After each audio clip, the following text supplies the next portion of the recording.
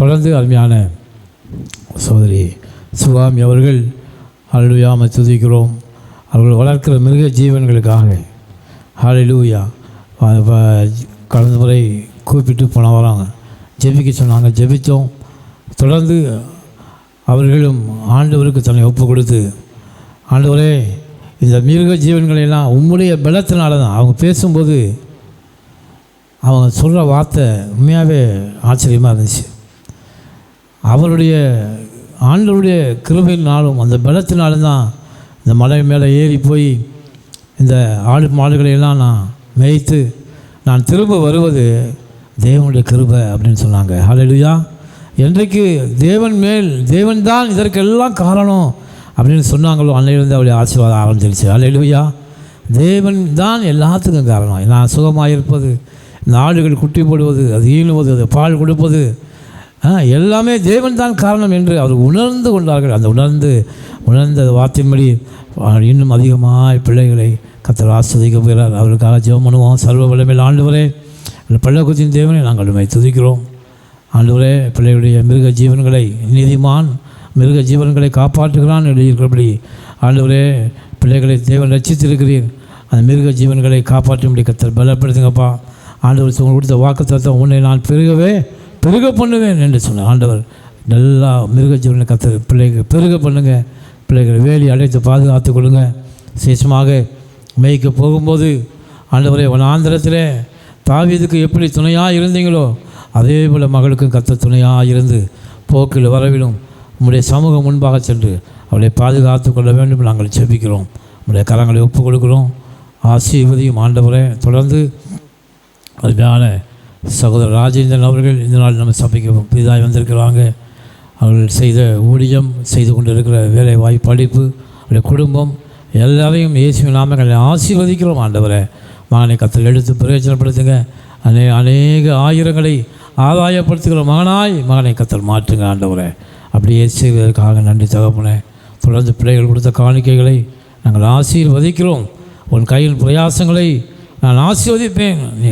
நீ கையிட்டு சகல வேலைகளிலும் தேவனுடைய பரிபூர்ணமான பெருக்கம் உண்டாயிருக்கும்னு சொன்ன வார்த்தையின்படி பெருக்கங்களை கொடுக்குற தேவன் பிள்ளைகளுடைய வருமானத்தில் எழுகையிலும் எல்லாவற்றிலும் தேவனுடைய பெருக்கம் உண்டாகட்டும். இயேசு நாமத்தில் பிள்ளைகளுக்கு வருமானங்களுக்கு விரோதமாக கிரியை செய்கிற சத்துருக்களை அதமாக்கி போடுகிறோம். ஆண்டவர் பிள்ளைகள் ஒவ்வொரு காணிக்கை கொடுத்த பிள்ளைகள் ஒவ்வொருவரையும் கர்த்தர் ஆசீர்வதியும் காத்துக்கொள்ளும் கிருபையாய் முடிக்கொள்ளும் ஜீவன நல்ல பிதாவே. ஆமேன். அல்லேலூயா. தொடர்ந்து நாம் பரமண்டல ஜெபத்துக்காக நாம் கடன் சொல்ல போகிறோம். எழுந்து நின்று இந்த ஜெபத்தை நம்ம எல்லாரும் எழுப்போம். ஆரம்பிக்கலாம் என்று சொன்னோடனே தயவுசெய்து ஆரம்பியுங்கள். ஓகே, ஆரம்பிக்கலாம். அல்லேலூயா. ராஜ்யம் வருவதாக.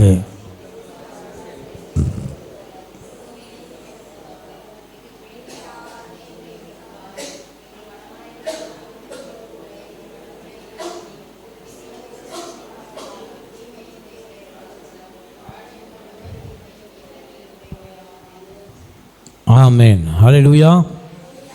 உங்களுக்காகவும் சர்வ வல்லமையுள்ள ஆண்டவரே, எங்கள் பரலோகத்தின் தேவனே, ஆசீர்வதிக்கப்பட்டதான இந்த காலவெளியிலே உங்களுடைய வார்த்தையை உலகத்தில் நீர் எங்களை தெரிந்தெடுத்து உம்முடைய குமாரனாகிய இயேசு கிறிஸ்துவின் வார்த்தைகளை எங்களுக்கு மூலமாக எங்களுக்கு கொடுத்து இம்மட்டுமா எங்களை பலப்படுத்தி வர கிருபைக்காக நன்றி செலுத்துகிறோம். தொடர்ந்து வார்த்தையின்படி பிள்ளைகளை ஆசீர்வதிங்க. உங்களுடைய கரங்களை ஒப்புக் கொடுக்கிறோம். ஜீவனுள்ள நல்ல பிதாவே. ஆமேன். நாம் இந்த நாளில் கூட எபிரேயர் 12:24 வசனத்தை வாசிப்போம்.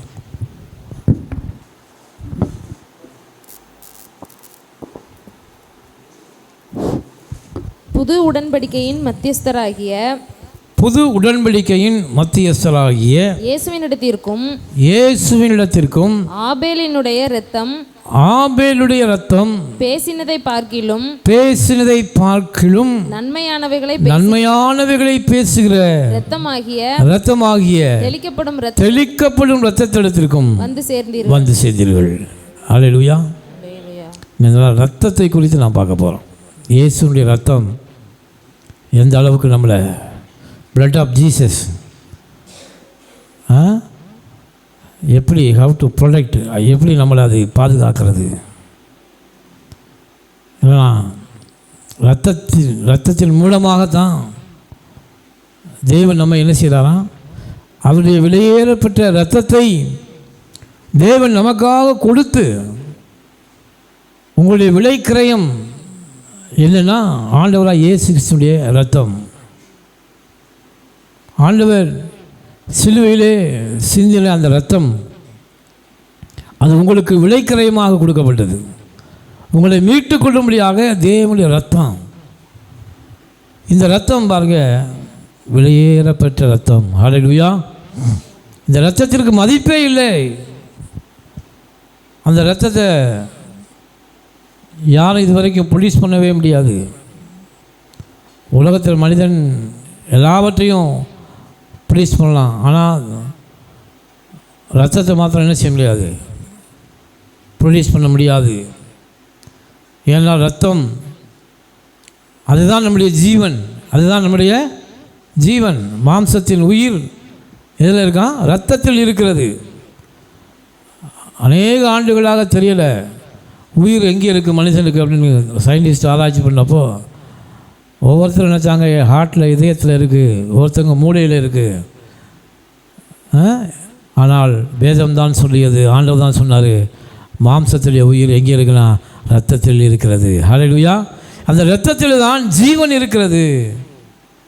அதனால தான் ஆண்டவர் அந்த ஜீவனை, தன்னுடைய ஜீவனை தேவன் நமக்காக கொடுத்து அந்த நம்ம என்ன செய்தாராம், மீட்டு கொண்டார். நம்முடைய விலைக்கிரயம் என்பது வானத்தையும் பூமியையும் உண்டாக்கின சர்வ வல்லமையுள்ள தேவனுக்கே எவ்வளவு விலை நிர்ணயித்தாலும் 30 வெள்ளிக்காசு. அதே ஆண்டவர் தம்முடைய விலையேறப்பட்ட இரத்தத்தை, அதற்கு மதிப்பே இல்லை, அந்த இரத்தத்தை நமக்காக இந்த பூமியிலே சிந்தி நம்ம என்ன செய்தாராம், மீட்டு கொண்டார். அதனால் நீங்கள் அந்த இரத்தத்துக்கு பதிலாக தேவன் உங்களை அவர் மீட்டு கொண்டபடினாலே அந்த இரத்தத்தை காட்டிலும் விலையேறப்பட்டவர்களாக இருக்கிறீர்கள். கரங்களை தட்டி கர்த்தருக்கு நன்றி செலுத்துங்க. ஹல்லேலூயா. ஆண்டவர் அந்த இரத்தத்தை காட்டிலும் விலை உயர்ந்த மனிதன் நான் அப்படி நீங்கள் உங்கள் மனசில் நினச்சிக்கணும். ஹல்லேலூயா. நான் எதை கொண்டு மீட்டு கொள்ளப்பட்டிருக்கிறேன், விலையேறப்பட்ட கிறிஸ்துவின் இரத்தத்தை கொடுத்து கர்த்தர் என்னை மீட்டு கொண்டு இருக்கிறார். ஹல்லேலூயா. பாருங்கள், அவர் தான் நம்முடைய மூத்த சகோதரன் என்று வேதம் சொல்கிறது. ஒரு குடும்பத்தில் நீங்கள் எடுத்துக்கிட்டிங்கன்னா அந்த வீட்டின் மூத்த மகன் என்ன செய்வார், தன்னுடைய மூத்த மகன் தனக்கு பின் வருகிற சகோதரிகளையும் பாதுகாக்கிற மகனாக இருப்பார். அவர்களுக்காக எதையும் தியாகம் செய்கிற மகனாக இருப்பார். அவருடைய நல்வாழ்விற்காக தகப்பனுக்கு அடுத்து உழைக்கிற மகனாக இருப்பார். யார், அந்த மூத்த மகன். தன் குடும்பத்திற்காக தியாகம் பண்ணுகிற மகனாக இருப்பார். அநேக சாட்சிகள் நாம் கேள்விப்பட்டிருக்கிறோம். தான் படிக்காவிட்டாலும் தன் தம்பி தங்கைகள் படிக்க வேண்டும் என்பதற்காக அந்த மூத்த மகன் என்ன செய்வார், கடினமாக உழைத்து படிக்க வைப்பார். இப்படி மூத்த மகனுக்கு கடமை இருக்குது. என்ன கடமை இருக்குன்னா, தன்னுடைய குடும்பத்தை காப்பாற்றக்கூடிய கடமை இருக்கிறது. இதே போல தான் நம்முடைய ஆண்டவராகிய இயேசு நமக்கு மூத்த சகோதரனாக இருக்கிறார். அவர் நம்மை காப்பாற்றும்படியாக தன்னுடைய இரத்தத்தையே நமக்காக கொடுத்திருக்கிறார். ஹல்லேலூயா. அந்த விலையேறப்பட்ட இரத்தத்தை நமக்காக சிந்தி அவர் நம்மை காப்பாற்றி இருக்கிறார். இல்லைனா அந்த இரத்தம், வேதம் சொல்கிறது, இயேசு கிறிஸ்துவினுடைய இரத்தம் சகல பாவங்களையும் நீக்கி என்ன செய்கிறது, நம்மை சுத்திகரித்திருக்கிறது. ஹல்லேலூயா. இரத்தத்தினாலே நாம் கழுவப்பட்டு இருக்கிறோம். நாம் நினைக்கிறோம் இங்கே சாதாரணமாக வந்து இங்கே உட்காரல.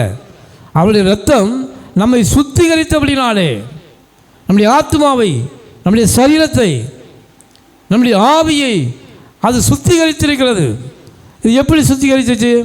ஆண்டவராகிய இயேசு கிறிஸ்துவை தன் வாயினாலே அறிக்கையிட்டு அவர்தான் தேவன், அவருடைய இரத்தம் என்னுடைய பாவங்களை கழுவி இருக்கிறது என்று எங்கள் உள்ளத்தில் விசுவாசிக்கும் போது அவருடைய இரத்தம் நம்முடைய பாவங்களை கழுவுகிறது. ஹல்லேலூயா.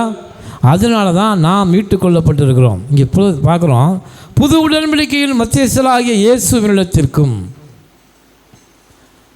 ஆபேலுடைய ரத்தம் பேசுவதை பார்க்கிறோம். ஆபேல் என்றால் உங்களுக்கு தெரியும் யார்? ஆதாம் ஏவாளுக்கு பிறந்த இரண்டாவது மூத்த குமாரன் காயின், இரண்டாவது குமாரன் ஆபேல். இந்த காயின் என்ன செய்தான்? ஆபேலை என்ன செய்தான்?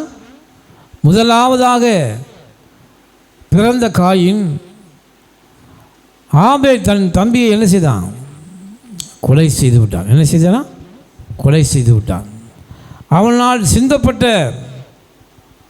அந்த இரத்தம், வாசிங்க ஆதியாகமம் 4 அதிகாரம் 8வது வசனத்திலிருந்து வாசிங்க.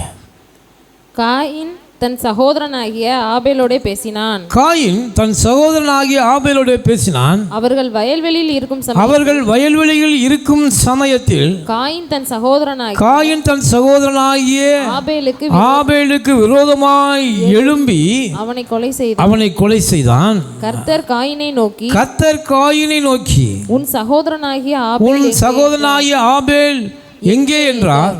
அதற்கு அவன் நான் அறியேன். என்ன செய்யறான்? கொலை செஞ்சது யாரு? அவன்தான். ஆனால் ஆண்டவர் கேட்டதுக்கு என்ன பதில் சொன்னா? அதை நான் அறியேன். அது என்ன சொன்னான் பாருங்க. என் சகோதரனுக்கு நான் காவலாளியோ என்றான். பாருங்க, முதலாவது பிறந்த மகன் என்ன செய்தான்? நான் என் சகோதரனை காப்பாற்றுவதற்கு நான் என்ன காவலாளியோ? அதனால தான் ஆபேலுடைய ரத்தம் இந்த பூமியிலே சிந்தப்பட்ட போது அந்த ரத்தம் என்ன கத்துச்சுன்னா, என்னை காக்க வேண்டிய காயின் என்னை கொலை செய்து விட்டான். என்னை கொலை செய்ததனுடைய இந்த பாவத்தை நீங்கள் எப்படி எனக்கு தீர்க்க போகிறீங்க என்று ஆபேலுடைய ரத்தம் என்ன செஞ்சிச்சு? இந்த பூமியிலேருந்து கத்தினது. அவன் கேட்குறான் பாருங்க, நான் என்ன காவலாளியோ? அவன் தன் சகோதரனை காப்பாற்ற வேண்டிய காயின் தன் சகோதரன் நான் அவர்களுக்கு என்ன காவலாளியா? நான் இல்லை என்று மறுதளித்தான். அதனால தான் ஆபேல் ரத்தம் கூப்பிடுச்சு பிதாவை நோக்கி, ஆண்டவரே என்னுடைய ரத்தத்தை சிந்தின அந்த காயினை நீங்கள் என்ன செய்ய போகிறீங்க? என்னுடைய ரத்தத்தை சிந்தி விட்டான் என்று கூப்பிட்டது. அடுத்த வசனத்தை வாசிங்க. அதற்கு அவர் என்ன செய்தாய்? உன் சகோதரனுடைய இரத்தத்தின் சத்தம் பூமியிலிருந்து என்னை நோக்கி கூப்பிடுகிறது. அல்லேலூயா. பாருங்க, ஆபேலுடைய ரத்தம் ஆண்டவரை கூப்பிடுச்சு, என்னை கொலை செய்து விட்டான், எனக்கு இந்த மாதிரியான கொடுமைகளை அவன் சுமத்தி விட்டான் என்று கூப்பிட்டது. ஆனால் அந்த ரத்தம் கூப்பிடுகிறது. ஆபேல் ரத்தத்தை பார்க்கிறோம், நன்மையானதை பேசினது ஆண்டவராகிய இயேசு கிறிஸ்து ரத்தம். ஹல்லேலூயா. வேதம் சொல்கிறது, அவர் சிலுவையிலே அடிக்கப்படும் போது அவர் எப்படி இருந்தார்னா, அவர் மௌனமாக இருந்தார். ஹல்லேலூயா. எப்படி இருந்தாரா? ஆபேலுடைய ரத்தத்தை போல ஆண்டவருடைய ரத்தம் சிந்தும்போது அவர் கத்தலை. வேதம் என்ன சொல்லுது? நன்மையானவைகளை பேசுகிற ரத்தம் இயேசு கிறிஸ்துடைய ரத்தம். ஆமென். அது என்ன செஞ்சான்? அவர் சிலுவையில் அடிக்கப்படும் போது மயிர் கத்திரிக்கிறவர்களுக்கு முன்பாக கொண்டு போகப்படும் ஆட்டை போல என்னவா இருந்தாராம்? மௌனமாக இருந்தார். ஏன்? ஆபேலுடைய ரத்தம் ஐயோ என்னை கொன்று விட்டான் என்று கத்தியது. ஆனால் இயேசு கிறிஸ்துவின் ரத்தம் என்னை கொல்லுங்கன்னு கத்திச்சு. அல்லேலூயா. ஏன்? என் சகோதரர்களுக்கு நான் காவலாளியாக இருக்கிறேன், என் சகோதரர்களை நான் காப்பாற்ற வேண்டும், என்னுடைய இரத்தத்தினாலே அவர்கள் மீட்கப்பட வேண்டும் என்று அவர் மாத்திரம் வாயை திறந்து ஒரு வார்த்தை சொல்லியிருந்தார்னா அவரை விடுவித்திருப்பார்கள். அவர் விடுதலையாகி போயிட்டார்னா இன்றைக்கு நமக்கு மீட்பே இல்லை. ஹல்லேலூயா. பாவத்திலிருந்து நமக்கு மீட்பே இல்லை. அதனால தான் இயேசுடைய ரத்தம் என்ன செஞ்சுச்சான்? நன்மையானவைகளை பேசுச்சு. ஹல்லேலூயா. நாம் நன்மையானவைகளை அது பேசுகிற ரத்தமாக இருந்தது. அவர் மயிர் கத்திரிக்கு முன்பாக கொண்டு போகப்பட்ட ஆட்டை போல மௌனமாக இருந்தார், வாயை திறக்கவே இல்லை. பேதுரு ஒரு முறை என்ன செய்தான்? ஆண்டவரே, உங்களை அழிக்கக்கூடாது, நீங்கள் ரத்தம் சிந்தக்கூடாது, உங்களை யாரும் அப்படி செய்ய விட மாட்டோம், நீங்கள் மறிக்கக்கூடாது என்று அவன் சொன்னான். அப்போ ஆண்டவர் என்ன சொன்னார்? பரவாயில்லப்பா, என் மேலே எவ்வளோ அன்பு வச்சுருக்கிய, என் மேலே எவ்வளோ அன்பு வச்சுருக்கிய, பரவாயில்ல, என் மேலே இவ்வளோ அக்கறையாக இருக்குப்பா. நாம என்ன சொல்லியிருப்போம்? யாராவது வந்து உங்களுக்கெல்லாம் அப்படி நடக்கக்கூடாதுங்க, நீங்களாம் அப்படி செய்யக்கூடாதுங்க, உங்களுக்கெல்லாம் இந்த இது நேரக்கூடாது அப்படின்னு சொல்லியிருந்தா, பரவாயில்லப்பா, என் மேலே இவ்வளோ அன்பு வச்சுருக்கேன்னு சொல்லிட்டு கட்டி பிடிச்சிருப்போம். அது ஆண்டவர் என்ன சொன்னார்? நன்மையானவைகளை பேசுகிற வாய் நம்முடைய ஆண்டவரை இயேசு கிறிஸ்துவின் வாய். அவர் என்ன சொன்னார்? என் சகோதரரை காப்பாற்றும்படி தேவனால் அனுப்பப்பட்ட ஆட்டுக்குட்டியாக அந்த பூமிக்கு நான் வந்திருக்கிறேன், நான் ரத்தம் சிந்தும்படிக்கே நான் வந்திருக்கிறேன். ஹல்லேலூயா. அன்பு தேவனுடைய பிள்ளைகளே, கர்த்தர் உங்களை தெரிந்து கொண்டு இருக்கிறார்னா நீங்கள் இந்த பூமியில் தேவனுக்காக ஊழியம் செய்யும்படி தான் இங்கே வந்திருக்கீங்க. ஹல்லேலூயா. யாராவது உங்களை பார்த்து சொன்னால் உங்களுக்கு அருமையான சகோதரர் செல்வராஜ் அவர்கள், ரூபி சிஸ்டர் அவர்களும் அவங்கள்ட்ட கூட யாரும் சொல்லியிருப்பாங்க, உங்களுக்குலாம் உடம்பு முடியலையே, நீங்கள் எதுக்கு நீங்கள் சபைக்கு போகிறீங்க, ஒரு நாள் ரெஸ்ட் எடுங்க, வாரம் பூரா போயிட்டு தானே இருக்கீங்க சொல்லுவாங்கள்ல. அவங்களுக்கு பக்கத்தில் யாராவது தான் சொல்லியிருப்பாங்க, எதுக்கு நீங்கள் சபைக்கு போகிறீங்க, இந்த ஒரு வாரம் ரெஸ்ட் எடுங்க. ஆனால் மனுஷிக மாம்சத்தின்படி அது எப்படி இருக்கும்? நமக்கு சந்தோஷமாக இருக்கும். ஆனால் தேவனுடைய சித்தத்தின்படி அது என்னது? ஒரு நாள் 1000 நாளைப் போல ஒரு நாளுடைய ஆசீர்வாதத்தை நாம் இழந்து போவோமானால் 1000 நாட்களுக்கு நமக்கு பாதிப்பு இருக்கும். அதனால் பாருங்கள், தேவனுடைய சித்தத்தின்படி அவங்க தன்னை திடப்படுத்தி கொண்டு அவர்கள் சபைக்கு வந்திருக்கிறார்கள். காரணம் என்னென்னா, இயேசு அதே தான் சொன்னார். மாம்சத்தின்படி அவர் பேதுருவை பார்த்து, என் நண்பா, அப்போ சொல்லலை இந்த வார்த்தையை, இந்த சல்லின் மேல் என் சபையை கட்டுவேன்னு சொல்லலை. அப்போ என்ன சொன்னார்? அப்பாடே போ சாத்தானே. என்ன சொன்னார்? அப்பாடே போ சாத்தானே. அதுக்கு முன்னாடி தான் சொன்னார், நீங்கள் ஜீவனுள்ள தேவனுடைய குமாரன் என்று நன்மையானதை பேசினான் பேதுரு. அப்போ ஆண்டவர் என்ன சொன்னார்? இந்த கல்லின் மேல் என் சபையை கட்டுவேன், பாதாளத்தில் வாசல் அதை மேற்கொள்ள முடியாது என்று சொன்னார். ஏனென்றால் நீங்கள் எப்பொழுது நன்மையானவைகளை பேசுகிறீர்களோ அப்பொழுது கர்த்தர் உங்களை ஆசீர்வதிப்பார், அரவணைப்பார். ஹல்லேலூயா. இதுதான் தேவனுக்கு ஏற்ற வார்த்தைகளை நாம் பேச வேண்டும், அவருக்கு பிரியமான வார்த்தைகளை பேச வேண்டும். மாம்சத்துக்குரிய வார்த்தைகள் என்னென்னா, நீங்கள் எது கஷ்டப்படுறீங்க, நீங்கள் ஏன் இப்படி செய்கிறீங்க, நீங்கள் ஏன் இப்படி பிரயாசப்படுறீங்க, நீங்கள் இதற்காக இதெல்லாம் செய்கிறீங்க, ஆண்டவருக்காக நீங்கள் இதெல்லாம் ஏன் செய்கிறீங்க, இது மாம்சமான வார்த்தை. இதை என்ன செய்ய வேண்டும்? பிசாசு நாம பேசலை, பிசாசு உள்ளக்கிருந்து பேசலாம். அப்போ தான் ஆண்டவர் கரெக்டாக பேதுருவை ஒன்றுமே சொல்லலை. என்ன சொன்னார்? அப்பாலே போ சாத்தானே. ஏன்னா அவளுடைய திட்டம், சத்தியத்தை அறிவீர்கள், சத்தியம் உங்களை விடுதலை ஆக்கும். எதற்காக நான் பிடிக்கப்பட்டேன், எதற்காக நாம் ஆண்டவர் நம்மை ரட்சித்திருக்கிறார், எதற்காக அந்த பூமியிலே கர்த்தர் நம்மை தெரிந்து கொண்டு இருக்கிறார். எதேச்சையாக நம்மை தெரிந்து கொள்ளவில்லை. ஏதோ அந்த ரோட்டில் போய்கிட்டு தடிக்கு விழுந்தேன் அதனால் வந்துட்டேன் அப்படின்னு நீங்கள் கர்த்தர் உங்களை அழைக்கலை. ஆண்டவர் உங்கள் எல்லாருக்கும், ஆண்டவராக இயேசு கிறிஸ்துவனுடைய அவருக்கும் இந்த பூமியிலே கர்த்தர் ஒரு திட்டத்தை வைத்திருந்தது போல உங்களுக்கும் கர்த்தர் ஒரு திட்டத்தை வைத்திருக்கிறார். ஹல்லேலூயா. அதை நிறைவேற்றும்படி கர்த்தர் உங்களை இங்கே அழைத்து வந்திருக்கிறார். அதனால தான் உங்கள் நீங்கள் சபைக்கு நீங்கள் செய்ய வேண்டிய காரியத்தை, ஆண்டவருக்கு செய்ய வேண்டிய ஊழியத்தை யாராவது தடுத்தா உடனே நீங்கள் புரிஞ்சுக்கணும், இது யார்? வேற ஆள், வேற ஆள். நான் பலவீனப்பட்ட போது அநேக நண்பர்களை பார்க்கும்போது சொல்லுவாங்க, நீங்கள் ஓடாதீங்க, இனிமேல் கொஞ்சம் ரெஸ்ட் எடுங்க, நீங்கள் சர்ச்சில் போய் நிற்காதீங்க. அப்போல்லாம் நான் மனசில் நினச்சிக்குவேன், இது தேவனுக்கு ஏற்ற வார்த்தைகள் அல்ல. கர்த்தர் என்னை எதற்கு அழைத்திருக்கிறாரா? என் ஜீவன் உள்ளவரை என் தேவனுக்காக போராடும்படி தான் நான் இந்த பூமியில் வந்திருக்கேன். ஹல்லேலூயா. அவர் எனக்கு கொடுத்த ஜீவன், அவர் தன்னுடைய ஜீவனை எனக்காக கொடுத்தாரே, என்னுடைய ஜீவனை அவருக்காக நான் கொடுக்கக்கூடாதா? அதற்காக எனக்கு சுகம் பலம் இருக்கிறதோ சுகம் இருக்கிறதோ, ஆனாலும் என் தேவனுடைய சித்தத்தை நிறைவேற்றும்படி ஹல்லேலூயா கடமைப்பட்டு வந்திருக்கிறேன். ஹல்லேலூயா. அதனால தான் பாருங்கள், ஆபேலுடைய ரத்தத்தை பார்க்கிற நன்மையானதை பேசுகிற தேவனுடைய ரத்தம், அவர் நமக்காக செஞ்ச ரத்தம், அது நன்மையானவர்களை பேசும். ஹல்லேலூயா. கர்த்தர் உங்களுக்கு நன்மையானதை தருவார். ஆமென். பாருங்கள், வாசிங்க இந்த 10ஆம் வசனத்தை. அதற்கு அவர், என்ன செய்தாய்? உன் சகோதரனுடைய இரத்தத்தின் சத்தம் பூமியிலிருந்து என்னை நோக்கி கூப்பிடுகிறது. இப்பொழுது உன் சகோதரனுடைய இரத்தத்தை உன் கையிலே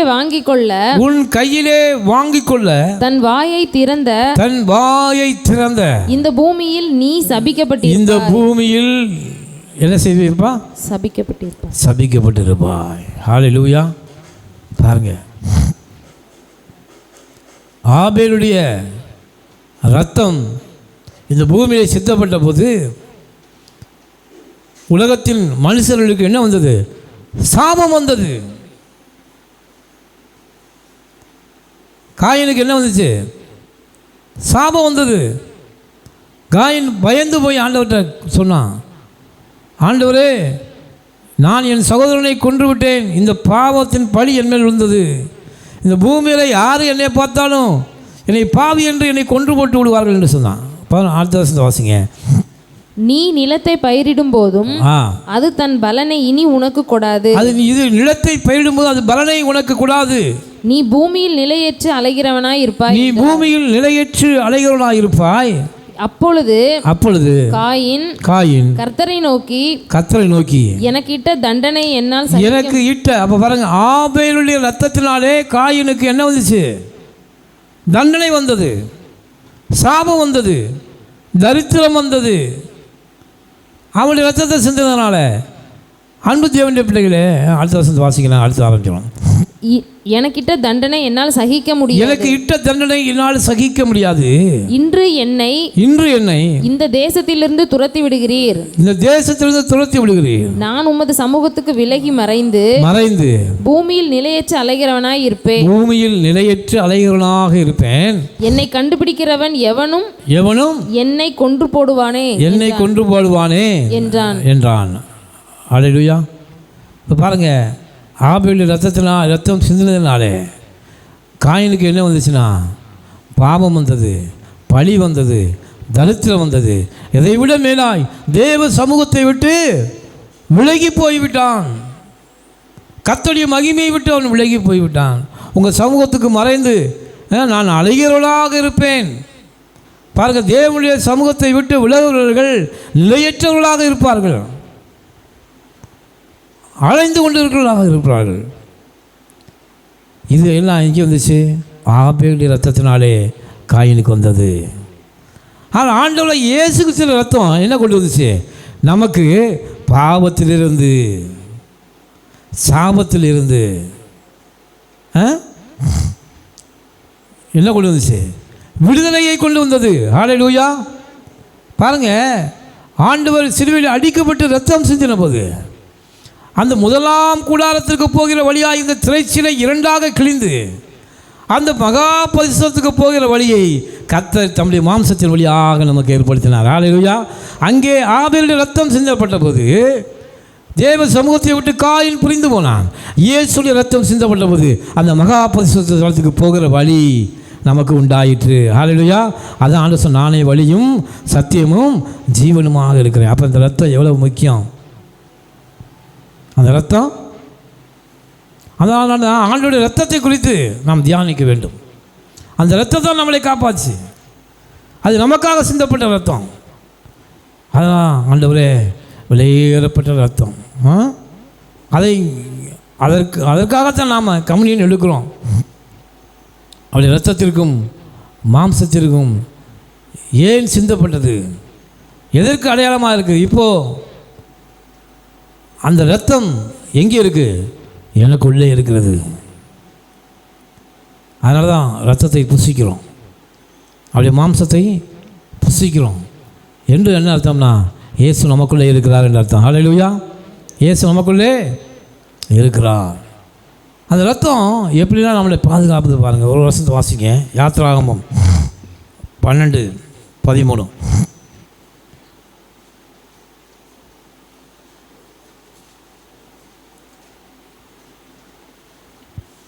யாத்திராகமம் 12:13. நீங்கள் இருக்கும் வீடுகளில் அந்த இரத்தம் உங்களுக்காக அடையாளமாய் இருக்கும். நீங்கள் இருக்கும் வீடுகளில் உங்களுக்காக அந்த இரத்தம் என்னவா இருக்கும்? அடையாளமாக இருக்கும். இன்னைக்கு எத்தனை பேர் விசுவாசிக்கிறீங்க? நம்ம வீட்டில் இயேசுவின் இரத்தம் அடையாளமாக இருக்கா இல்லையா? இருக்கு. நீங்கள் நம்மளை விசுவாசனம். ஹல்லேலூயா. ஏன் இந்த சம்பவம் அங்கே வருகிறது? இஸ்ரவேலர்கள் எகிப்தை விட்டு புறப்படுகிற நாளிலே ஆண்டவர் அந்த நடு இரவிலே ஒரு ஆட்டுக்குட்டியை, குடும்பத்திற்கு ஒரு ஆட்டுக்குட்டியை அழித்து அந்த ஆட்டுக்குட்டியை கசப்பான கீரையோடும் அந்த மாம்சத்தை என்ன செய்யணும்? புளிப்பில்லாத அப்பத்தோடும் கசப்பான கீரைகளோடும் அந்த ஒரு ஆட்டுக்குட்டி அடித்து கொஞ்சம் கூட மிச்சம் வைக்காத, கொஞ்சம் கூட என்ன செய்யாத, மிச்சம் வைக்காதீங்க. காலில் செருப்பை போட்டுக்க, பை ஜாமான் எல்லாத்தையும் ரெடியாக என்ன செஞ்சுக்க, வச்சுக்க. அப்போ ஒரு குடும்பத்தில் ஒரு ஆட்டுக்குட்டி பத்தலைன்னா பக்கத்து வீட்டில் 2 பேரை சேர்த்து நீ வச்சுக்க. ஏன்னா மிச்சம் இருக்கக்கூடாது. மிச்சம் இருந்துச்சுன்னா எதுக்கு அடையாளம்? அது சாப்பிடுவதற்கு இன்னும் ஆள் இருக்குன்னு அர்த்தம், விடுதலை இல்லாதது அது அர்த்தம். அதனால தான் ஆண்டவர் அந்த பஸ்காவை புசிக்கும்படி வீட்டுக்கு ஒரு ஆள் அடித்து ரெடியாக இருங்க, இன்றைக்கி நைட்டு நீங்கள் புறப்பட போகிறீங்க. அதுதான் பஸ்கா. அதற்கு அந்த பஸ்கா அடிக்கப்பட்ட அந்த ஆட்டுக்குட்டி யார் அப்படின்னா ஆண்டவர் தான். இயேசு கிறிஸ்து தான் அந்த பஸ்கா ஆட்டுக்குட்டியாக இருக்கிறார். ஹல்லேலூயா. பாருங்கள், ஆண்டவர் என்ன சொன்னார்? அந்த பஸ்காவின் ஆட்டை நீ அடித்து அதனுடைய இரத்தத்தை நீ என்ன செய்யணும் அப்படின்னா உன் வீட்டு நிலைக்காலில் பூசு. வாசிங்க. அடையாளமாக இருக்கும். அந்த இரத்தத்தை நான் கண்டு உங்களை கடந்து போவேன். ஹல்லேலூயா. நான் எகிப்து தேசத்தை அழிக்கும் போது அழிக்கும் வாதை உங்களுக்குள்ளே வராதிருக்கும். இப்போ பாருங்கள், எகிப்தில் 10 வாதைகளை ஆண்டவர் கொடுத்தாரு. பார்வோன் மன்னன் திருந்தும்படி, இஸ்ரவேலர்களை விடுவிக்கும்படி 10 வாதைகளை கொடுத்தாரு. ஒவ்வொரு வாதையும் என்னென்ன வாதை? கல்மழை பெய்ஞ்சிச்சு, அப்பவும் பார்வோன் திருந்தலை. தவளைகளாக வந்துச்சு, அப்பவும் திருந்தலை. பேனாக வந்துச்சு. இப்படி 10 வாதை கொடுத்தார். கடைசி வாதை என்னென்னா தலைப்பிள்ளை சங்காரம். என்னது? அந்த இஸ்ரவேல் தேசத்துடைய தலைப்பிள்ளைகள் யாராக இருக்கிறார்களோ அவர்களை எல்லாம் அழிக்கும்படி கர்த்தர் தன்னுடைய சங்கார தூதனை அனுப்பினார். ஏன் அவருடைய தலைச்சன் பிள்ளைகள் அழிக்கிறார்னா மீதமுள்ளவர்களை காப்பாற்றும்படி அவர்கள் அங்கே என்ன செஞ்சாங்க? பலியிடப்பட்டார்கள். அதற்காக அந்த வாதையை ஆண்டவர் அனுப்பினார். அது மிக கொடூரமான வாதை. எகிப்தியர்களுக்கு எங்கே பார்த்தாலும் கூக்குரல் கேட்டது. ஆனால் யாருடைய வாசல்களில் எல்லாம் அந்த பஸ்கா ஆட்டுக்குட்டிகளின் ரத்தம் பூசப்பட்டு இருந்ததோ அந்த வாசலை பார்த்தவுடன், அந்த இரத்தத்தை பார்த்தவுடன் நான் கடந்து போவேன். ஹல்லேலூயா. ஆண்டவர் சொன்னார், வாதை உன் கூடாரத்தை அணுகாது. அன்பு தேவனுடைய பிள்ளைகளே, இன்றைக்கு எப்படிப்பட்ட வாதைகள் நமக்கு வரலாம், என்ன வியாதிகளாம் உலகத்தில் தோன்றலாம், மிகவும் கொடூரமான வைரஸ் எல்லாம் வரலாம். ஆனால் நம்முடைய வாசலிலே பஸ்காவின் ஆட்டுக்குட்டியின் ரத்தத்தை பார்த்த உடனே அந்த பிசாசான ஆண்டவர் பாருங்கள், ஆண்டவரே சொல்லார், அந்த சங்காரத்துக்கு ஆண்டு அனுப்பினார். அந்த ரத்தத்தை பார்த்தோன்னா நானே கடந்து போவேன்னு சொன்னான். பிசாசு எந்த அளவுக்கு நடுங்கி ஓடுவான். ஹல்லேலூயா. நம்முடைய கூடாரத்தை அவன் பார்க்கும்போது நடுங்கி அந்த பக்கமே வரமாட்டான். கரங்களை தட்டி கர்த்தருக்கு நன்றி செலுத்துங்க. யார் இதை விசுவாசிக்கிறீர்களோ எந்த பிசாசனும் நம்முடைய கூடாரத்தை அணுகவே முடியாது. ஹல்லேலூயா. வாதை உன் கூடாரத்தை அணுகாது, பொல்லாப்பு உனக்கு நேடாது. ஆண்டவர் சொன்னார், எகிப்திற்கு வரப்பண்ணின எந்த பலவீனத்தை வியாதியையும் உனக்கு வரவிட மாட்டேன். பாருங்கள், அந்த வாதையில் நடக்கும்போது எகிப்திலே கூக்குரல் கேட்டது. அதுக்கு பக்கத்தில் தான் யார் இருந்தா? இஸ்ரவேலர்கள் இருந்தார்கள். அவர்கள் வீட்டிலே என்ன இருந்தது? எந்த மரணமும் இல்லை. அவர்கள் ஆடு மாடுகள் அழியவில்லை. இந்த 10 வாதைகளாலே என்ன செய்யலை? ஒரு சின்ன சேதமும் ஏற்படலை. காரணம் என்னன்னா, அவர்களாலும் தேவனுடைய பிள்ளைகளாக இருந்தார்கள். விசுவாசியுங்கள், நம்ம எல்லாரும் இயேசுவின் ரத்தத்தினாலே கழுவப்பட்டிருக்கோம். ஆமென். இயேசுவின் ஆண்டவர் நமக்குள்ளே இருக்கிறார். அவர் நமக்குள்ளே மகாபிரிய பலனாக இருக்கிறார். அதனால் நம்ம வார்த்தை என்ன செய்யணும்? அறிக்கை எழுதணும். வாதையின் கூடாரத்தை அணுகாது, கர்த்தரின் மேய்ப்ப பொல்லாப்பு நேரிடாது. நான் உலகத்தை ஜெயிக்க பிறந்திருக்கிறேன். ஆமென். உலகத்தை நான் ஜெயிக்க பிறந்திருக்கிறேன். இயேசுவின் ரத்தம் என் பாவங்களை கழுவி இருக்கிறது. விலையேறப்பட்ட ரத்தத்தை இந்த பூமியிலே கர்த்தர் எனக்காக சிந்தியிருக்கிறார். அந்த இரத்தத்தினால் எனக்கு மீட்பு உண்டாகியிருக்கிறது. நான் மீட்டு கொள்ளப்பட்டவன். கர்த்தர் என்னை மீட்டிருக்கிறார். எதை வச்சு மீட்டிருக்காரு? மீட்கும் பொருளாக தன்னுடைய ரத்தத்தையே தேவன் எனக்காக சிந்தியிருக்க கொடுத்துருக்காரு. அதனால் அவ்வளோ சீக்கிரம் கர்த்தர் என்னை கைவிடவே மாட்டார். ஹல்லேலூயா. நீங்கள் கர்த்தருக்கு மிகவும் அருமையானவர்கள். அன்பு தேவனுடைய பிள்ளைகளே, அந்த ரத்தத்தை விசுவாசிங்கள். அந்த ரத்தம் நமக்குள்ளே இருக்கிறது. ஹல்லேலூயா. பாருங்கள், இன்னொரு வசனத்தை வாசிப்போம். 1 யோவான் 2ஆம் அதிகாரம் 1ஆம் வசனத்தை வாசிங்க.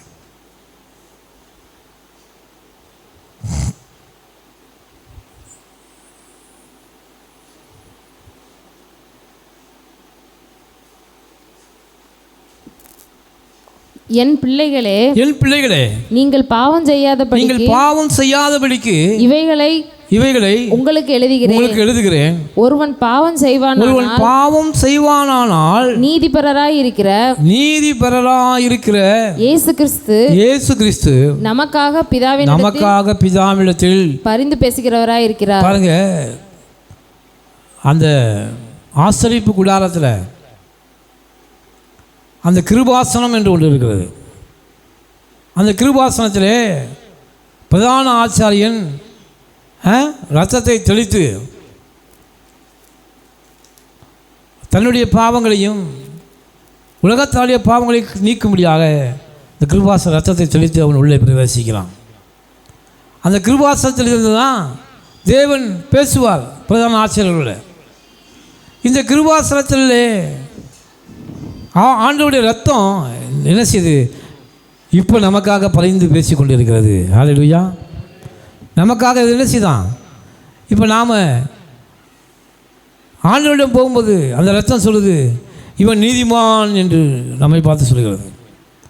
யாரெல்லாம் இயேசு கிறிஸ்துவை தன் உள்ளத்திலே விசுவாசிக்கிறீர்களோ உங்களை பார்த்து கர்த்தர் என்ன சொல்வார்னா, இவன் நீதிமான், இவன் நீதிமான், இவன் என்னுடைய ரத்தத்தை விசுவாசிக்கிறபடினாலே இவனுடைய பாவங்கள் கழுவப்பட்டிருக்கிறது,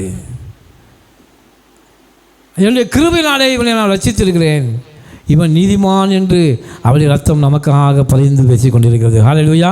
அதுதான் அந்த ரத்தம். நம்மை நீதிமான் என்று கர்த்தர் அறிக்கை பண்ணுகிறார். பாருங்கள், நாம் பாவம் செய்யாதபடிக்கு உங்களுக்கு எழுதுகிறேன். ஒருவன் பாவம் செய்வானானால் நீதிபரராக இருக்கிற இயேசு கிறிஸ்து, நாம் பாவம் செய்தால் நீதிபரராக இருக்கிற இயேசு கிறிஸ்து என்ன செய்கிறாராம்? பிதாவிடத்தில் நமக்காக பரிந்து பேசிக்கொண்டே இருக்கிறார். ஹல்லேலூயா. நாம் முக்கியம் கிடையாது. நம்மை சுற்றி நம்மை மூடிக்கொண்டு இருக்கிற அந்த இயேசு கிறிஸ்து ரத்தத்தை தான் பரலோகம் பார்க்கிறது. ஆண்டவர் அந்த இரத்தத்தை தான் பார்க்குறாரு. அந்த இரத்தத்தை பார்க்கும்போது அந்த இரத்தத்தின் மறைவிலே நாம் இருக்கிறோம். கர்த்தருடைய கண்கள் பாவத்தை பார்க்காத சுத்த கண்ணர். பரலோகத்தில் நாம் போகிறோம், பூமியிலே ரட்சிக்கப்பட்டு இருக்கிறோம், பாவங்கள் கழுவப்பட்டு இருக்கிறது. ஆனாலும் உள்ளக்க என்னவாக இருக்கிறோம்? பாவியாக தான் போகிறோம். ஏனென்றால் நீதிமான் ஒருவனும் இல்லையே. பரலோகத்தில் போகும்போது என்ன உடை உடுத்தி கொண்டு போகிறோம்? இயேசுவின் இரத்தத்தை நான் பொறுமையாக மூடிக்கொண்டு போகிறோம். அதனால் ஆண்டவர் நம்ம பார்க்கல, நம்ம மேலே சுற்றி இருக்கிற இரத்தத்தை கர்த்தர் பார்க்குறார். ஹல்லேலூயா. அது நீதிமான் என்று அறிக்கை எடுக்கிறது. அந்த இரத்தத்தினாலே நாம் பிழைத்திருக்கிறோம். ஆண்டவர் நம்முடைய இயேசுடைய இரத்தத்தை தான் பார்க்குறாரு. இவன் என்னுடைய இரத்தத்தினாலே கழுவப்பட்டவன். மீட்பு எவ்வளோ முக்கியம் பாருங்கள். இயேசு ரத்தம் எவ்வளோ முக்கியம் பாருங்கள். பரலோகம் நாம் கிருபையினாலே பரலோகத்துக்கு போயிடும், நரகத்துக்கு போகாதபடி. பரலோகத்துக்கு போனாலும் நாம் முற்றிலும் சுத்தமான நீதிமான் அல்ல. இயேசு கிறிஸ்து அவருடைய இரத்தத்தை கொண்டு நம்மை மூடி இருக்கிறபடினாலே நாம் நீதிமானாக அங்கே போயிட்டோம். ஆனால் பாவத்தை பார்க்காத சுத்த கண்ணர். அந்த ரத்தம் மட்டும் விலகிச்சுன்னா நாம் ஆண்டுடைய பார்வையிலே பொசுங்கி போய்விடுவோம். தேவன் தம்முடைய ரத்தத்தை நம்ம விட்டு விலகிட்டார்னா கர்த்தருடைய கண்கள் நம்மை சுட்டரித்து விடும்.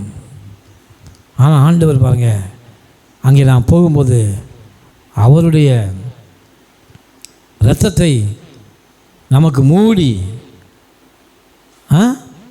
அவர் இரத்தத்தினால் நம்ம மூடி நம்ம என்ன செய்யலாம்? அங்கே போய் நிறுத்துகிறாரு. அங்கே நாம் நியாயம் தீர்க்கப்படுகிறோம். அப்போ ஆண்டவர் சொல்கிறாரு, ஐயா என்னுடைய ரத்தத்தினாலே இவன் மீட்டு கொள்ளப்பட்டவரையா, என் ரத்தத்தை விசுவாசிக்கிறவரையா, இவர் சபைக்கு போனவரையா, இவர் கர்த்தரை துதித்தவரையா, இவர் தேவனுக்கு ஊழியம் செஞ்சவர், இவர் தேவனுக்காக எல்லாம் கொடுத்தவரையா. அதனால் இவரை நீங்கள் பரலோகத்துக்கு அனுப்புங்க, உள்ளே அனுப்புங்க. அது கர்த்தர் நமக்காக பரிந்து பேசுகிறவர். ஹல்லேலூயா. இப்போ பாருங்கள், ஆண்டவர் பார்க்குறாரு. அவருடைய கண்களில் என்ன தெரியுது? அந்த ரத்தம் தான் தெரியுது. அந்த ரத்தம் யாருடைய ரத்தம்? இயேசு கிறிஸ்துவின் ரத்தம். அப்போ என்ன தெரிஞ்சிச்சு ஆண்டவருக்கு? அந்த நிலைக்காலிலே அந்த தூதன் வரும்போது அதை கண்டு நான் கடந்து போவேன். அதே போல் பரலோகத்தில் நான் போய் நிற்கும்போது அந்த இரத்தத்தை கண்டு கர்த்தர் நம்மை பார்க்காம அந்த இரத்தத்தை பார்த்து நம்மை பரலோகத்தில் கதவை திறந்து விடுறாரு. ஹல்லேலூயா. அதான் திறந்த வாசலை உனக்கு முன்பாக நான் வைத்திருக்கிறேன். ஹல்லேலூயா. Gate will open. நமக்காக திறக்கப்பட்டிருக்கும் அந்த இரத்தத்துக்கு அவ்வளோ மதிப்புங்க, சாதாரண இல்லை. நீங்கள் உங்களை மீட்பு என்பது சாதாரணமோ ரசிக்கப்பட்டு வந்துட்டோம்ல. இதற்காக பரலோகத்தில் பல வேலைகள் நடந்திருக்கிறது. குமாரனை ஆயத்தப்படுத்தி எத்தனையோ வருஷ காலம் ஆண்டவர் இந்த பூமிக்கு வாக்குத்தத்தம் ஏசாயாவில் கொடுத்ததுக்கு அப்புறம் எத்தனையோ வருடங்கள் கழித்து ஏற்ற வேலை வரலை. அந்த வேலை வந்தவுடனே கர்த்தர் வந்தார். எவ்வளோ பெரிய ப்ராசஸ் பாருங்கள். இதெல்லாம் ஏன் தேவன் செஞ்சார்னா அந்த இரத்தத்தினாலே நாம் மீட்டுக்கொள்ளப்பட்டிருக்கோம் என்பதை நீங்கள் உணர்ந்து கொள்ள வேண்டும். ஹல்லேலூயா. ஆண்டவர் எனக்காக சிந்தின ரத்தம் ஒரு நாளும் வீணாய் போய் விடாதபடி அவர் அவர் அவர் சிந்தின ரத்தத்தை மதிப்பு கொடுத்து அவருக்காக நான் எதையாவது செய்யணும். ஹல்லேலூயா. ஏதாவது செய்யணும். எனக்காக நீ என்ன செய்தாய்? ஆதாயப்படுத்தணும். ஞானமுள்ளவன் ஆத்மாவை ஆதாயப்படுத்துகிறான். அதுதான் கர்த்தர் நம்மள்ட்ட எதிர்பார்க்குறாரு. மற்றபடி அவர் செய்ய வேண்டிய வேலை செஞ்சிட்டார். பரலோகத்துக்கு நம்மளை அனுப்ப வேண்டிய வேலையெல்லாம் அவர் செஞ்சிட்டார். அவர் ரத்தத்தை எல்லாம் கழுவிட்டார். ஆனால் அவருக்காக நாம் செய்ய வேண்டிய வேலை என்ன? அதைத்தான் பரலோகம் நீ பார்க்குறது. 3 வருஷத்தை வாசிங்க. ரோமர் 8:34 வாசிங்க.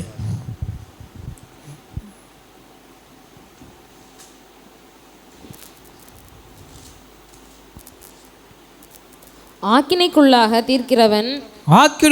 தீர்க்கிறவன் யார்? யார்? கிறிஸ்துவே மரித்தவர். கிறிஸ்துவே மரித்தவர். அவரே எழுந்தும் இருக்கிறார்.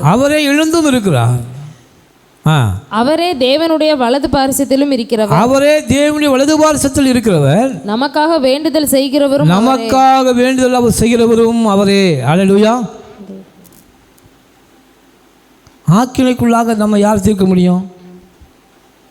கர்த்தருடைய பிள்ளைகள் மேலே தேவனுடைய ரத்தம் இருப்பதனால ஒருவனும் நம்ம ஆக்கினைக்குள்ளாக என்ன செய்ய முடியாது, தீர்க்க முடியாது. ஏனென்றால் அவரே நமக்காக மரித்திருக்கிறார், அவரே நமக்காக எழுந்திருக்கிறார். அது மாத்திரமல்ல, தேவனுடைய வலது பாரிசத்தில் போய் உட்கார்ந்துருக்காரு. ஏன் தேவனுடைய வலது பாரிசத்தில் அவர் உட்கார்ந்துருக்காரு? நாம் எல்லாரும் அவருடைய நியாயஸ்தலத்துக்கு முன்பாக நிற்க வேண்டும். நாம் எல்லாரும் எங்கே நிற்போம்? ஒரு நாளில் அந்த நியாயஸ்தலத்துக்கு முன்பாக நிற்கணும். இன்றைக்கி சாதாரணமாக கலெக்டர் ஆஃபீஸுக்கு போகிறீங்கன்னா என்ன சொல்கிறீங்க? கலெக்டர் பி எனக்கு ரொம்ப தெரிஞ்சவருங்க சொல்கிறீங்களே. அங்கே இருக்கிற கிளர்க்கு எனக்கு ரொம்ப தெரியுங்க, அவர்கிட்ட சொன்னோன்னா அந்த காரியத்தை முடித்து கொடுத்துருவார். ஒரு சிலர் கலெக்டரே எனக்கு தெரியுங்கன்னு சொல்லுவாங்க. இப்படி யாராவது ஒருவர் தெரிந்தவர் இருந்தால் அங்கே அனுகூலமான காரியம் நடக்கும் இது உலகத்தில், அதானே. ஆனால் நமக்கும் பரலோகத்தில் அனுகூலமான ஒரு காரியம் இருக்குது. அல்லேலூயா. அங்கே தேவனுடைய வலது பாரிசத்திலே நமக்காக அவர் உட்கார்ந்துருக்காரியா? யாருக்காக உட்கார்ந்துருக்காரு? நீங்கள் வருவீங்க ஒரு நாளில். ஆண்டவர் இப்படி எப்படியா உட்காந்துருக்காரு? எதுக்காக உட்காந்துருக்காரு? சிலுவையில் என்னை அடிச்சிங்களடா. நாமளும் என்ன சொல்லுவோம்? என்னை இங்கே வச்சு நீ இப்படி செஞ்சிட்டில, நீ எங்கள் ஊர் பக்கம் வா, உன்னை நான் என்ன செய்கிறேன். அப்போ நான் கவனிச்சுக்கல, என்னுடைய டேம் வரும்போது உன்னை தாவீது கூட சொல்லுவான், நான் பழி வாங்குகிற நாளிலே ஒரு முனையும் தப்ப விடாதபடி கர்த்தாவே என் இதயத்தை திடப்படுத்தும். கொஞ்சமா அவனுக்கு என்னத்தை பாருங்க. இப்போ என்னையே பழி வாங்கிட்டாங்க, ஆனால் நான் பழி வாங்கும்போது நீங்கள் பாவம் அவனை விட்டுரு அதெல்லாம் சொல்லக்கூடாது. ஒரு முனையும் நான் தப்ப விடாதபடி நான் பழி வாங்குவேன் அப்படின்னு சொன்னான். ஆண்டவர் அப்படியா சொன்னார் நமக்கு. ஏன் நான் தேவனுடைய வலது வாசலில் போய் உட்காந்துருக்கேன்? என்னை சிலுவையில் அரைஞ்சிங்கல்ல, என்ன செஞ்சீங்க? முகத்தில் காரி துப்புனீங்க, தலையில் குட்டினீங்க. நீங்கள் நினைக்கலாம் அந்த ரோம சேவர்கள் தான் அவர் தலையில் குட்டினாங்கன்னு நினைக்கிறீங்க. இல்லை, அது ஒரு சாம்பிள் தான். இன்றைக்கு நம்முடைய கிரியைகளினாலே நாம் எல்லாருமே தேவனுடைய தலையில் குட்டுறோம், அவர் கன்னத்தில் அரைகிறோம், முள்முடியை சூட்டுறோம். எல்லாமே நாம் செஞ்சது தான் அவங்க செஞ்சாங்க. ஹல்லேலூயா. நாம் செஞ்சது தான் அவங்க செஞ்சாங்கிறது சாயலில் சொல்லப்பட்டிருக்கு. ஏன் இதெல்லாம் எழுதி வச்சிருக்கு? எப்பொழுது தேவனுக்கு பிரியமில்லாத காரியத்தை செய்கிறோமோ அப்பொழுது நாம் அவரை மறு கணத்தில் அறைகிறோம். புரிஞ்சுக்குங்க. அப்பொழுதெல்லாம் மறு கணத்தில் நாம் அறைகிறோம். எப்பொழுதெல்லாம் நாம் தேவனுக்கு விரோதமான காரியங்களை செய்கிறோம் அப்பொழுதெல்லாம் அவர் தலையில் முள்முடியை சூட்டுறோம், காரி துப்புறோம். இப்படிப்பட்ட அவமானங்களை அவர் சந்தித்தார். அதான் சொன்னார், இவர்கள் செய்வது என்னதென்று அறியாமல் இருக்காங்கப்பா. இன்றைக்கி நாம் என்ன செய்கிறோம்னே தெரியல. தேவனுக்காக எதை செய்ய வேண்டும் என்பதே நமக்கு தெரியலை. அதனால் அவருடைய சித்தம் இன்னும் நிறைவேற்றப்படவில்லை நம்முடைய வாழ்க்கையில். அதனால் நாம் என்ன செய்கிறோம் அதை நாம் புரிந்து கொள்ள வேண்டும். ஹல்லேலூயா.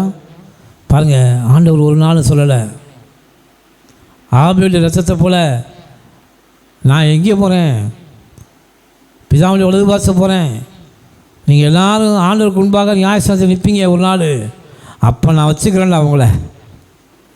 அப்படியா சொன்னார்? அப்போ நான் அவங்கள வச்சுக்கிறேன்டா அப்படி சொன்னாரா? நம்முடைய அன்பின் தேவன் எதற்காக போய் இங்கே உட்காந்துருக்காருன்னா, இந்த பூமியிலே யாரையெல்லாம் சம்பாதித்தாரோ, யாரெல்லாம்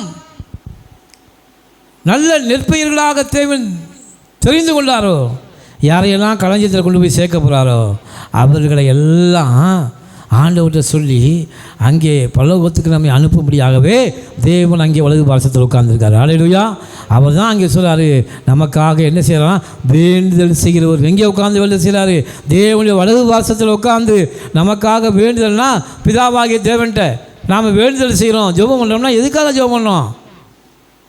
நம்ம அனைவரும் எங்கே ஜெபம் பண்ணுறோம், எதுக்காக ஜெபம் பண்ணுறோம் தெரியாமல் ஜெபம் பண்ணிகிட்டே இருப்போம்.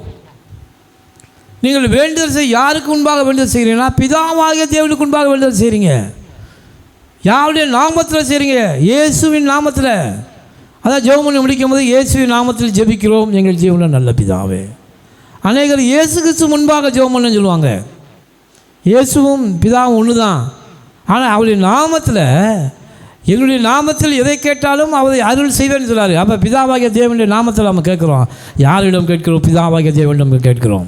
அந்த பிதாவாகிய தேவனிடத்தில் இயேசுவை வேண்டுதல் செய்கிறவராக இருக்கிறார். யாருக்கு வேண்டுதல் செய்வார்? அவருடைய விலையேறப்பட்ட ரத்தத்தினாலே யாரெல்லாம் மீட்டு கொள்ளப்பட்டிருக்கிறோ அவருக்காக கர்த்தர் வேண்டுதல் செய்வார். ஹல்லேலூயா. நம்முடைய வாழ்க்கை இங்கே ஆரம்பிக்கிறேங்க. இதெல்லாம் கர்த்தரை குறித்தானா இமைப்பொழுது. 80 வருஷங்கிறது கர்த்தருக்கு இமைப்பொழுது தான். அதான் ஆண்டவர் சொன்ன இமை வசனம் சொல்லுது, இமைப்பொழுது உன்னை மறந்தேன்.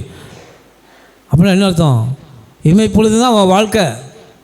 80 வருஷம் தான் உன்னுடைய வாழ்க்கை. அப்படின்னா அதுக்கு கர்த்தருக்கு இமைப்பொழுது தான். 1000 வருஷம் ஒரு நாளை போல தேவனுக்கு இருக்கிறது.